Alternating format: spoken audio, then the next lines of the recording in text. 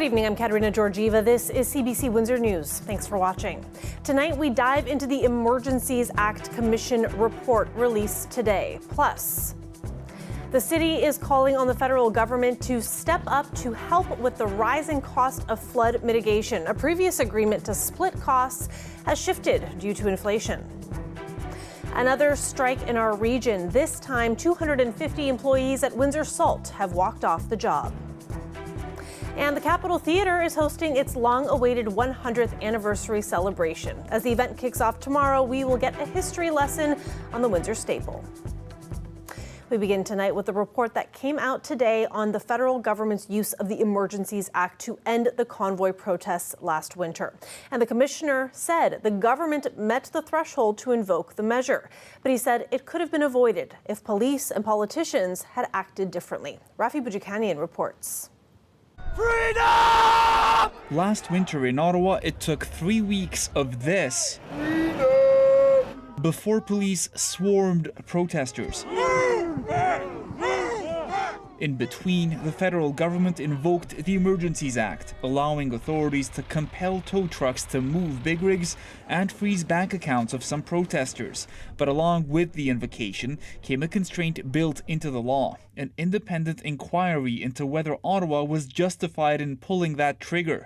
Today, this. After careful reflection, I have concluded that the very high threshold required for the invocation of the Act was met. Rouleau cited failures by the Ottawa police, a lack of proper planning, no proper assessment of intelligence, and infighting. He also blamed the province of Ontario for its absence as a partner to the city and to the federal government in dealing with the convoy. As for Prime Minister Trudeau, Rouleau did say this remark appears to have flared up tensions with protesters. The small fringe minority of people who are on their way to Ottawa do not represent the views of Canadians. Today, the Prime Minister expressed some regret. I wish I had said that differently. The fact is, there is a very small number of people in this country who deliberately spread misinformation and disinformation, but took a victory lap over Rouleau's major findings. He found that what we experienced last year was a national emergency that threatened the security of Canadians. While the official opposition continued calling the Emergencies Act an overreach and defending its support of the convoy. People were so helpless and so desperate, they ended up participating in a protest in Ottawa. This was an emergency that Justin Trudeau created. This as the lawyer representing downtown residents and businesses worried over whether police forces will heed the report's findings, asking for police to work together. You would think that we've learned a lot of lessons from this, or at least the police have. They've said the right words at times, but I don't think we've really gotten a good apology from the Ottawa police to the people of Ottawa. As for Rouleau's other big target, the province of Ontario is defending itself, saying in a statement it declared a provincial emergency before Ottawa invoked the act and froze funds for protesters. Rafi Bujikani on CBC News, Ottawa. Meanwhile, in Windsor, local politicians and others affected by the Ambassador Bridge blockade are commending Commissioner Rouleau's ruling on the use of the Emergency Measures Act. Dale Molnar has more now on what the commissioner said about the handling of the blockade here. With hundreds of millions of dollars in trade with the U.S. at stake, Commissioner Paul Rollo acknowledged the protest at the Ambassador Bridge was a blockade of critical infrastructure. The president of the Automotive Parts Manufacturers Association says he's happy Rollo recognized the need for the Emergency Measures Act to be invoked. And I think if it had gone the other way, I think we would have had a lot of concerned customers who might have said, perhaps this would embolden people to repeat the action. Rollo had good things to say about the police response to the blockade, which happened before the Emergencies Act was invoked. Despite the fact the police had intelligence about a protest 3 days before it started here, Rollo said, unlike in Ottawa, police integration in Windsor proceeded swiftly and smoothly. But Rollo is recommending police enhance protocols on information sharing, intelligence gathering, and distribution. Police Chief Jason Belair sent CBC a statement today that reads in part, In the coming days, we will review the report and examine any recommended changes to our procedures to ensure we're doing everything we can to appropriately respond to emergency situations, keep members of our community safe, and protect the local economy. The mayor also sent a statement commending the police, saying, "I look forward to continued collaboration with federal and provincial leaders as we strive to improve our security protocols around border crossings in Windsor and across Canada." Rollo felt that it shouldn't have been necessary to invoke the measures, and the federal government could have been more prepared to deal with the protest. MP Brian Massey agrees with Rollo's findings. There's no doubt there was a lack of leadership from the Prime Minister in terms of addressing the issue earlier on. But what we've seen now is the full process take place, and we saw it on the front lines in Windsor, where we had to step up as a city. And thank goodness we even just finally got compensated. But it clearly shows that there needs to be more preparedness, and I'm hoping that we actually get a better plan for the future. Dale Molnar, CBC News, Windsor. Windsor's mayor is reacting to the news CBC broke that more than 500 asylum seekers are in our city. We confirmed that they are staying at local hotels while their applications are being processed. The newcomers have been arriving through the U.S. after leaving their home countries, and now they want to start new lives here. Many are also arriving into Canada using the Quebec border. Some are coming from Afghanistan and other countries overseas. And this is all happening under rules of the Safe Third Country Agreement with the United States. And if asylum is granted, they're able to apply to become permanent residents of Canada. We're playing our fair share as a city here. The city certainly is seeing the effects of it in terms of service delivery. We have folks who are using transit. We have lots of city services being used, and of course there are also effects on the school board as well. Where young people need to go to school and be educated, and so everyone's adjusting to this, trying to figure out how we can be a partner in this as the federal government deals with the adjudication of these applications. A kick in the teeth. That's how Councillor Joanne Geniac describes the feds, indicating Windsor will be on the hook for more than $86 million in basement flood prevention measures. Without all of the projects being finished, nothing is going to work. And so for the municipalities to be expected to pony up this kind of money on the backs of the municipal taxpayers is a little unrealistic. Keeping to the spirit of the original agreement and the agreements that are coming out of the federal government, which is a 60-40 share, is fair. In 2019, the federal government approved Windsor's application to help with upgrades to prevent basement flooding, and it came after two historic flood events that hit hundreds of homes in East Windsor.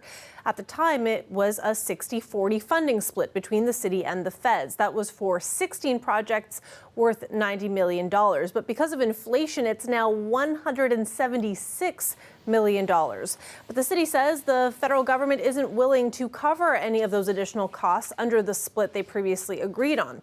Council worries it will be downloaded onto taxpayers, prompting a tax increase. The city has asked the federal government to reconsider its decision and fund their portion of the projects. CBC has reached out to Infrastructure Canada for comment, but has not heard back. 250 workers at the Windsor salt mine are on strike.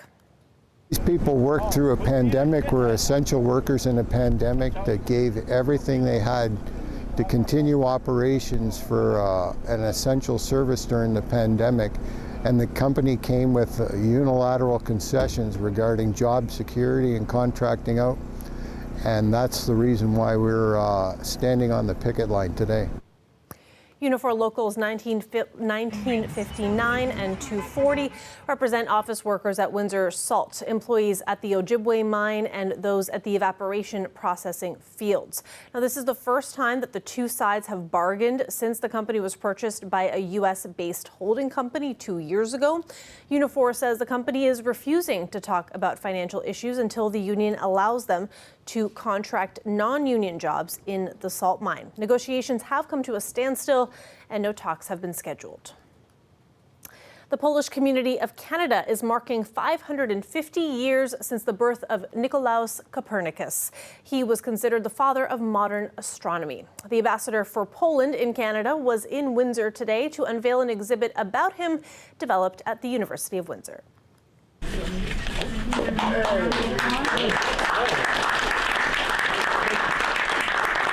Dignitaries and project donors all received a piece of the Polish flag and medals as well as a token of appreciation for being part of the project. The display at the Leddy Library highlights the scientist's life and work, and the idea that he's best known for was his proposal that the Earth revolves around the sun rather than the other way around. The display can be seen at the library until 6 p.m. tomorrow, and then after that it'll head on tour throughout Canada before being presented to the Polish Senate in Warsaw later this year. The Canadian International Auto Show has made its return to Toronto for the first time since 2020. It was canceled the last 2 years because of the pandemic. Our Greg Ross was there for the opening of the show today and quickly found out a lot has changed in just a few years. More than ever before, fully electric vehicles have become a prominent feature at the auto show. This year, we've got 10 times the number of electric cars that are on the floor versus what we had in 2020. Auto Show General Manager Jason Campbell says manufacturers taking part in the show are using it to showcase the future of the automobile industry. The industry's really exploded in terms of every manufacturer that's on the floor either has a product here on the floor that's fully electric or is in development of one. Consumers not only have the opportunity to see new electric vehicles, they can take them for a spin. For the first time ever, they've installed an indoor track here at the auto show to allow people to come and test drive a number of the electric vehicles that they have on display. What we've done this year is we built an indoor EV test track. It's a 70,000 square foot track where you as a consumer can come and try out one of 19 different vehicles that are available from 9 different manufacturers. And that's exactly what Glenn Singh did in preparation of buying his first fully electric car. Electric is the way of the future, so I'm looking at it. Just haven't decided which way we want to go. It's a perfect opportunity to try different models and see what's going on. For consumers who have questions about electric vehicles, there's a new electric city where educational talks are taking place daily. People have these fears and these myths that are out there that, oh my God, what am I going to do if my car breaks down and I'm on the side of the road and I don't have any electricity. Well, that won't happen and it shouldn't happen. Kevin Lissow is the CEO of Ener Savings, a company that installs infrastructure to support electric vehicles. He says they're installing charging stations in condo buildings, businesses, and in public spaces. Right now, we're trying to keep up. The infrastructure is trying to build at the pace of EV sales. In Ontario right now, about 1 in every 10 vehicles sold is electric. Greg Ross, CBC News, Toronto. And there's an all-Canadian vehicle called the Arrow that's being featured at the auto show as well. We've told you about this vehicle on our program. It'll be at the Convention Centre in downtown Toronto until February 26th, and it could be coming to Windsor as early as next month. When you buy a diamond, you may not be getting what you're paying for. A CBC Marketplace investigation found some retailers make misleading claims. Rosa Marcatelli shows us why customers may want to question whether they're getting the real deal on diamonds. We're undercover at jewelry stores Ben Moss, Michael Hill, and Peoples to find out what consumers are told when they lay down all that money for a diamond ring. The pitches include information about what a great investment diamonds are. So if I were to buy this, the value would just go up. Absolutely. That's not true, according to this veteran jewelry appraiser. It's a sales pitch the same as any other type of sales pitch. All they want to say is, yes, this is good value. So what about the 4 C's? Cut, color, clarity, and carat weight. The salespeople tell us we can trust what we're sold. It has all the specifications here, the shape, the weight, the clarity, the color. At each store, we're told the 4 C's are backed by a grading report. So we tested them, buying similar diamonds from each retailer, then sending them to a top lab for regrading. The result? None of the reports matched up. So this is an eye color I1. Grading diamonds is subjective, so differences in the reports can happen. In the case of our diamonds, the grading on the Michael Hill one was close, increasing the value slightly by $130. But our test found a drop in quality for the Ben Moss and Peoples diamonds. Both lost nearly $1,000 in value, based on the reports we got. So people could be buying a diamond and not actually getting what they think they're paying for? All the time. Tom Hart speaks for the company that owns Ben Moss. I feel very confident in our grading. I think anybody shopping at Ben Moss should be 100% convinced that they are getting fair value and getting what we tell them it is. All three companies say the labs they use to grade diamonds are recognized and reliable. Little reassurance for this young couple who spent a lot of money on an engagement ring. How would you guys feel? You're paying a certain amount and you're expecting something, and so if you find out that it's like not what you're being told, then yeah, it would be disappointing. The advice for consumers? Get your ring independently appraised right after you buy it. You can usually return it if you're not satisfied. Rosa Marcatelli, CBC News, Toronto. Windsor's Capitol Theatre is celebrating 100 years of arts and entertainment this weekend. The initial celebration, meant for a couple years ago, was delayed by the pandemic, but there are big plans now. We stopped by the theatre to get a bit of a history lesson on the local staple. This would have been after the reopening in the mid-90s. We're inviting everybody out this weekend, Family Day weekend, to help us celebrate this amazing gem of a theater. If you look behind me, you will see a theater that seats about 600 people. When it was first built, it seated 1,995 people, all in one room, without a balcony. It was renovated by Cineplex Odeon, divided into 3 theaters. This is actually the theater before it was subdivided, and there's that medallion that you can just see half of now. Then, late 80s, this theater was scheduled for demolition. A demolition permit had actually been issued on it. Local arts groups came together and said, this can't be. We need a performing arts place. We need an incubator for arts organizations. They came together. City supported it. The university supported it. Provincial, federal government money.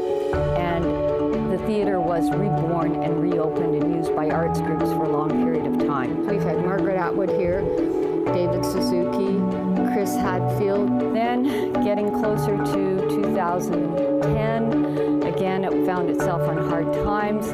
Its future was very uncertain, very uncertain. Ownership reverted to the City of Windsor. The City of Windsor asked the Windsor Symphony Orchestra to come in. We manage the theater for the city, but it is a community arts space. And the goal that happened in the early 1990s, the creation of an incubator for community arts, is still the goal of the theater today. And the Capitol 100 Legacy Celebration is tomorrow, starting at 10 a.m. with a family concert. There will be tours and a screening of Disney's Snow White and the Seven Dwarfs, and much more as well. You can just go to the Capitol's website for more information on that. And right now, we've got a live look outside at the Ambassador Bridge. Temperatures dropping this evening. I will have your weather forecast right after the break. Stay with us.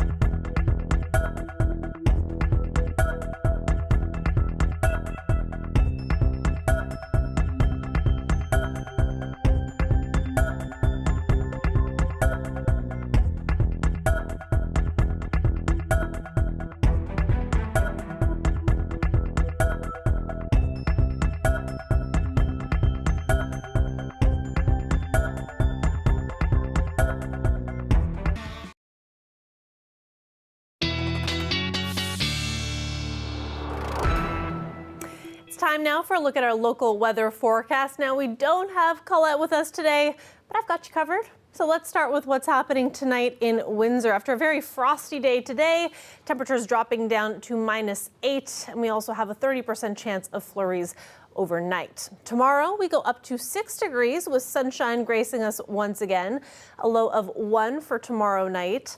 Sunday, a high of 9 degrees with a mix of sun and clouds. Cloudy conditions will persist into the night with temperatures dropping down to 3 degrees. And then for your family day Monday, not the nicest weather, a high of 6 with a chance of flurries or rain showers, or a mix, I guess, that day. Similar conditions continue into Tuesday with a high of 7 degrees. And then Wednesday, high of 2 degrees with another 40% chance of flurries that day as well. And when we come back, a touching story of how an American dad went viral thanks to his daughter. Stay with us.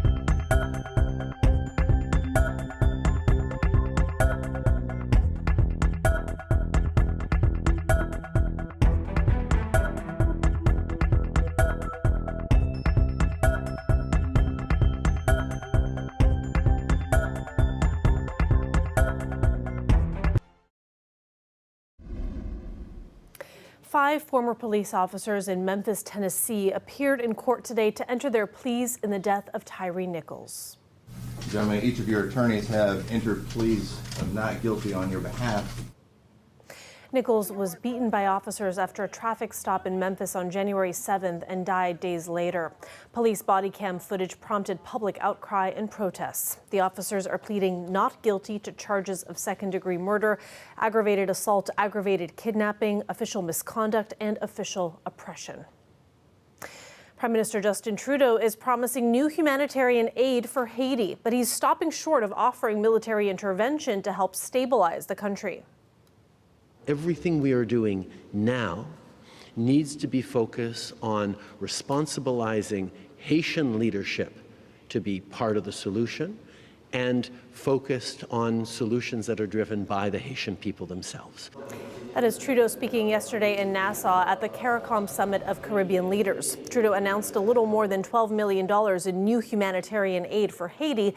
Another $10 million will help migrants in the region. And we have the latest now on Russia's war on Ukraine. A top Ukrainian official says Russian forces appear to be making a new push to win a key battle on the Eastern Front. But a new report says Russia is suffering huge losses trying to do it. They're sending a lot of troops. I don't think that's sustainable for them to keep attacking this way. There are places where their bodies are just piled up. This is recent video showing Ukrainian forces in the fight for Bakhmut. It's a grinding battle for both sides, with Russia appearing to make incremental gains in house-to-house fighting. New reporting in the Times of London quotes NATO intelligence as saying that Russia is losing as many as 2,000 soldiers to gain only 100 meters of ground on the Eastern Front.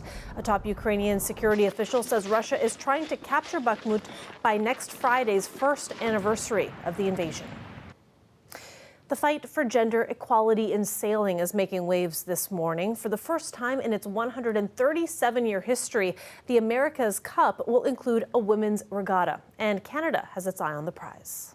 This is a monumental step for women in sport, women in the sport of sailing, and women in general. That is Isabella Berthold, this country's top female racer, ranked second in the world. She will lead Team Canada at the 2024 America's Cup in Barcelona. Organizers hope this will encourage more young women to take up sailing. Okay, here's a story now that will pull at your heartstrings. American dad Lloyd Devereaux Richards spent 14 years writing his first novel, but it wasn't until his daughter posted a 12-second TikTok video that it finally turned into a hit. The monster's gone. This is the video that went viral with more than 44 million views on TikTok. The 74-year-old wrote Stone Maidens on evenings and weekends in between working a full-time job and taking care of his children. He finally published it in 2012 and only sold a few dozen copies. After his daughter's TikTok video caught attention around the world, the mystery thriller novel is now #1 on Amazon's books bestseller list in both Canada and the US. Take a look at how he reacts to his daughter's viral TikTok and some of the comments that people left him. All right, this is the TikTok account I made you. It's not on Instagram, it's TikTok. And their video I made of you got 15 million views. Oh my gosh. Do I touch it? Here, let me show you. So let me... All right, look at all these comments. You should read some of the comments. They're so lovely. If you tap this button right here, you can read through some. Isn't that nice? Because of them, you're #1 serial killer thriller. I love you, Dad. Thank you. Well, now we got... Oh boy. I'm ready for a nap. A tearjerker for a Friday. Thanks so much for watching. Have a good night.